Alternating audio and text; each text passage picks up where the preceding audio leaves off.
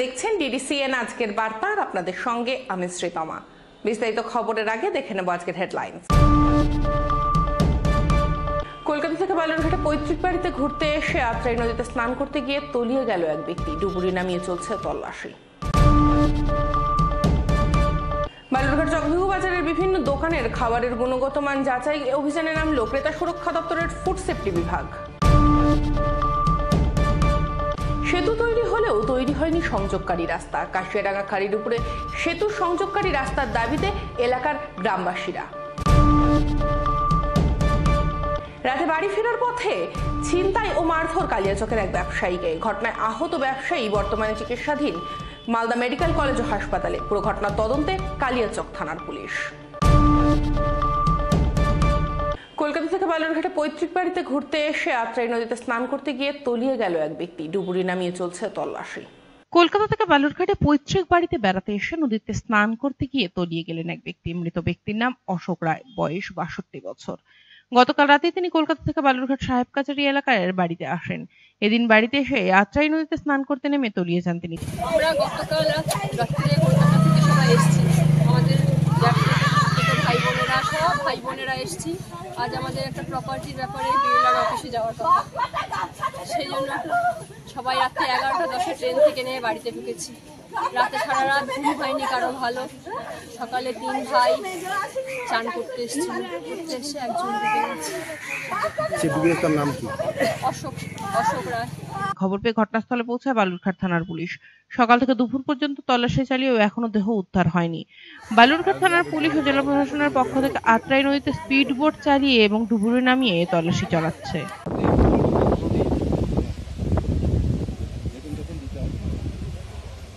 অনেক জায়গা দিয়ে অফিস সিলিন্ডার নিয়ে ঝাঁপ মেরে যায়।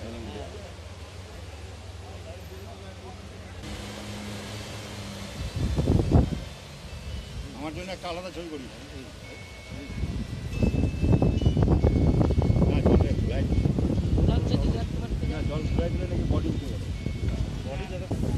এখানে অশোক রায় বলে একজন ভদ্রলোক, মানে এখানেই বাড়ি। উনি বাইরে থাকেন, খড়দায় থাকেন। এখানে পারিবারিক সূত্রে নিয়ে এসেছিলেন। আজকে সকালে স্নান করতে যেয়ে ওনার সঙ্গে আরও বাড়ির লোকও ছিলেন। এই ঘাটে ডুবে গেছে। আমরা আমাদের ডিস্ট্রিক্ট ডিএসআই ম্যানেজমেন্টিং যে ডিএম সাহেব, এসপি সাহেব যেটা আছে, ওরা অলরেডি দেখুন আমাদের কাজ চলছে, এখনো পর্যন্ত রিকভারি হয়নি। তা আমরা ডাঙ্গি যে বিওপি বিএসএফ সেখানে অ্যালার্ট করেছি। ইতিমধ্যে আমরা ডিএমজি যেটা আমাদের এসডিআরএফ টিম যেটা কসবা থেকে, সেটা আমরা অলরেডি কমিউনিকেট করা হয়েছে। ওরা অলরেডি রওনা দিয়ে জন্য আসছে, যাতে এটা রিকভারি করা যায়। ডুবুরি নামে আমরা দেখছি। সংবাদ পরিবেশন হওয়া পর্যন্ত ব্যক্তিটি তলিয়ে যাওয়ার পরের কোনো খবর আর আসেনি।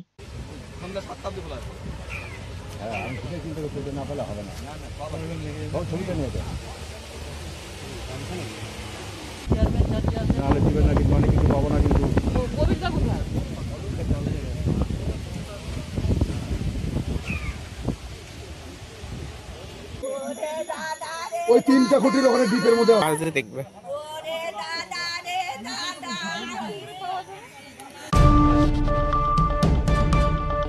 বালুরঘাট চকভিগু বাজারের বিভিন্ন দোকানের খাবারের গুণগত মান যাচাই অভিযানে নামল ক্রেতা সুরক্ষা দপ্তরের ফুড সেফটি বিভাগ।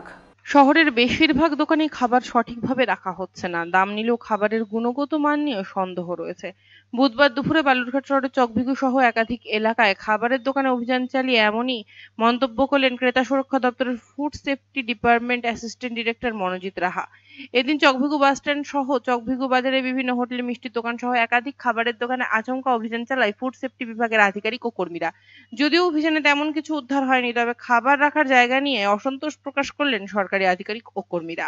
মূলত বিভিন্ন খাবারের দোকানে, প্যাকেটজাত ঠান্ডা পানীয়, জল, মিষ্টির দোকানে অভিযান চালিয়ে ফুড সেফটি বিভাগ বেশ কিছু দোকানের খাবারের গুণগত মান ও অস্বাস্থ্যকর পরিবেশে নজরে আসার পর মালিকদের সতর্ক করা হয়। তবে এদিন কোন রকম জরিমানা করা হয়নি বলে জানা গিয়েছে। তবে আগামী দিনে জরিমানা করা হবে এবং প্রয়োজনে আইনানুগ ব্যবস্থা নেওয়া হবে বলে জানা গিয়েছে। আমাদের ডিস্ট্রিক্টে একটা কমিটি আছে, district consumer protection council, DM সাহেব চেয়ারম্যান। ওনার নির্দেশেই প্রত্যেক বছরই আমাদের বেশ কয়েকবার করে এই ইন্সপেকশন প্রোগ্রামগুলো বিভিন্ন খাবারের দোকানে আর অন্যান্য জায়গায় যাব, সেসব জায়গায় হয়। এবারও চলছে। তবে গতবার যা দেখেছিলাম ইন্সপেকশনে, তার থেকে সামগ্রিকভাবে মান একটু এবার হয়তো ভালো আছে, কিন্তু তবুও বেশিরভাগ জায়গাতেই আমরা দেখতে পাচ্ছি খাবার ঠিকমতোভাবে রাখা নেই। যেভাবে খাবার রাখা উচিত, কেন জিনিসপত্রের দাম ওনারা যথেষ্টই নিচ্ছেন। তো আমরা চাইছি যেন খাবারগুলো ঠিকমতো রাখে, যারা কিনছে তারা যেন ঠিকভাবে খাবারগুলো পায়, এটাই আমরা দেখছি। এবং লাইসেন্স ঠিকমতো আছে কিনা বা রিনিউ করা আছে কিনা, যেগুলো ওজন যন্ত্র সেগুলো, তার জন্য আমাদের সাথে লিগাল মেট্রোলজি অফিসার আছেন, ফুড সেফটি অফিসার আছেন, এনারা আমরা একটা কম্বাইন টিম করে গোটা বালুরঘাট ধরেই আজকে সারাদিন ধরেই দেখা হয়। আচ্ছা, খাবার তেল আমরা যেখানে রান্না যেখানে হচ্ছে সেগুলো নিচ্ছি, সেগুলো কিছু স্যাম্পল কালেকশন করা হবে বলে আজকে ভাবছি। কারণ সাথে সাথে তো বলা সম্ভব নয় যে খাবার তেলটা খারাপ। স্যাম্পল কালেকশন করে ল্যাব থেকে রিপোর্ট আসলে তবে সেটা বলা সম্ভব যে হ্যাঁ এটা খারাপ আছে।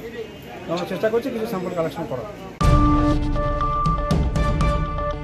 সেতু তৈরি হলেও তৈরি হয়নি সংযোগকারী রাস্তা। কাশিয়াডাঙ্গা খাড়ির উপরে সেতু সংযোগকারী রাস্তার দাবিতে এলাকার গ্রামবাসীরা।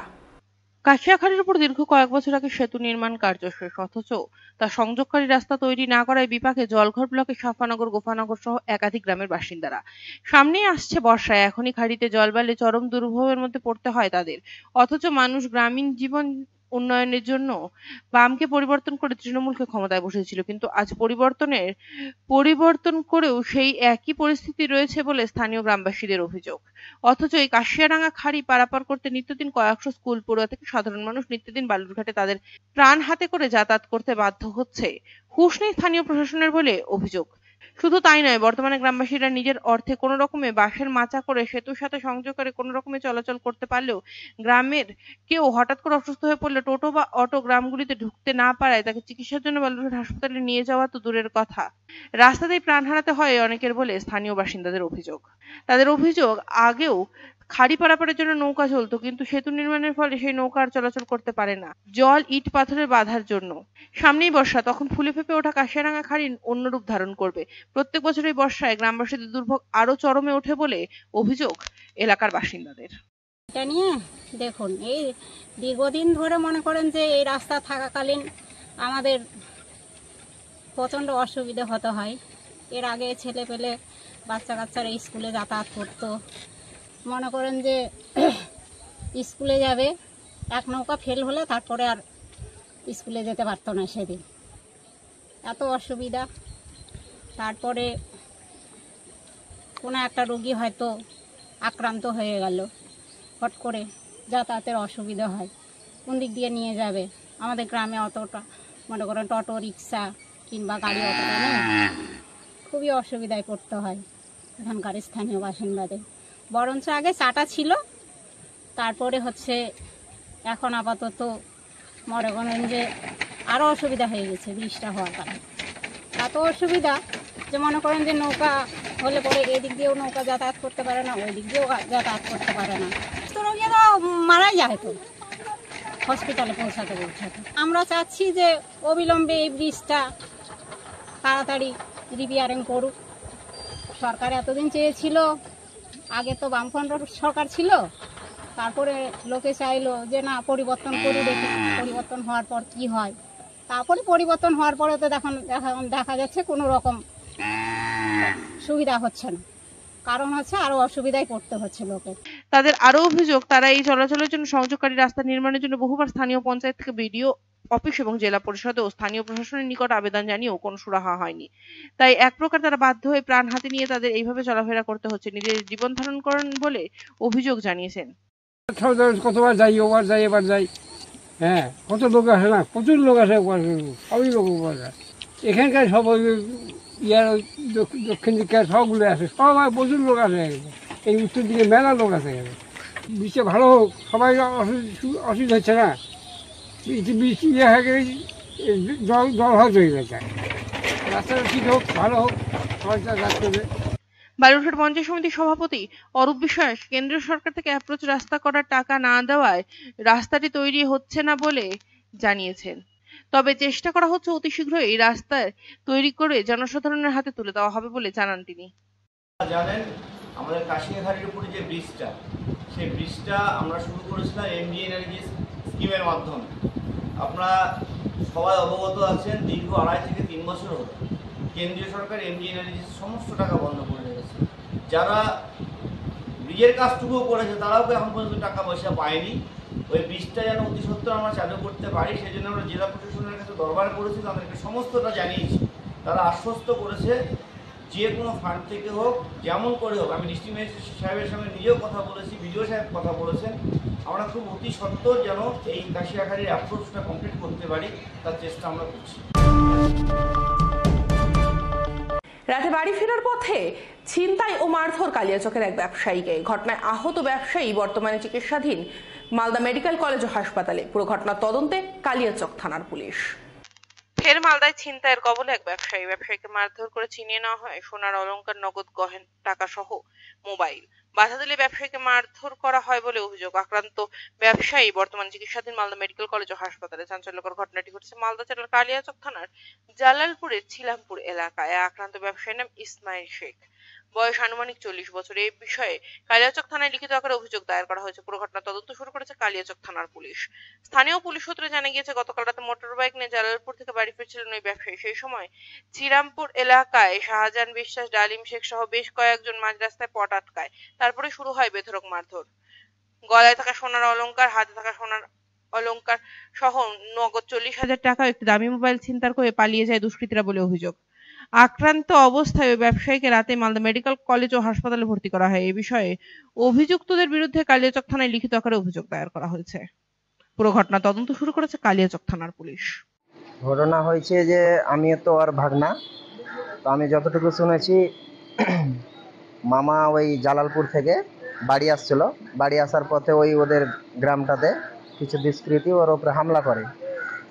তো মামা বাইক চালাচ্ছিল, বাইক অবস্থায় ওকে বাঁশের বাড়ি পিছন থেকে মারা হয়েছিল। সেখানে মামা পড়ে যায়, ওখান থেকে দুষ্কৃতীরা প্রচুর মারধর করে। এবার গলায় যেটা চেন ছিল সোনার ওগুলো ছিলেছে, হাতে যেগুলো আংটি ছিল ওগুলো খুলে নিয়েছে। এই মতো মামাকে মেরে ওখানকার কিছু বাসিন্দারা যারা দেখেছিল ওরা তারপর ওখান থেকে উদ্ধার করে। কোথায় থেকে আসছিল মামা, কি করে? মামা এমনি কাজ করে, ও আসছিল এতে থেকে জালালপুর স্ট্যান্ড থেকে বাড়ি আসছিল আর কি, ওই রাস্তা দিয়ে। তো ওখানেই হামলাটা করেছিল। শেষ করার আগে দেখেন আজকের হেডলাইন্স আরো একবার। কলকাতা থেকে বালুরঘাটে পৈতৃক বাড়িতে ঘুরতে এসে আত্রাই নদীতে স্নান করতে গিয়ে তলিয়ে গেল এক ব্যক্তি। ডুবুরি নামিয়ে চলছে তল্লাশি। বালুরঘাট চকভিউ বাজারের বিভিন্ন দোকানের খাবারের গুণগত মান যাচাই অভিযানে নামলো ক্রেতা সুরক্ষা দপ্তরের ফুড সেফটি বিভাগ। সেতু তৈরি হলেও তৈরি হয়নি সংযোগকারী রাস্তা। কাশিয়াডাঙ্গা খাড়ির উপরে সেতু সংযোগকারী রাস্তার দাবিতে এলাকার গ্রামবাসীরা। রাতে বাড়ি ফেরার পথে ছিনতাই ও মারধর কালিয়াচকের এক ব্যবসায়ীকে। ঘটনায় আহত ব্যবসায়ী বর্তমানে চিকিৎসাধীন মালদা মেডিকেল কলেজ ও হাসপাতালে। পুরো ঘটনার তদন্তে কালিয়াচক থানার পুলিশ। আজকের সংবাদ এই পর্যন্তই। পরবর্তী সম্প্রচারের জন্য চোখ রাখুন DDCN আজকের বার্তায়।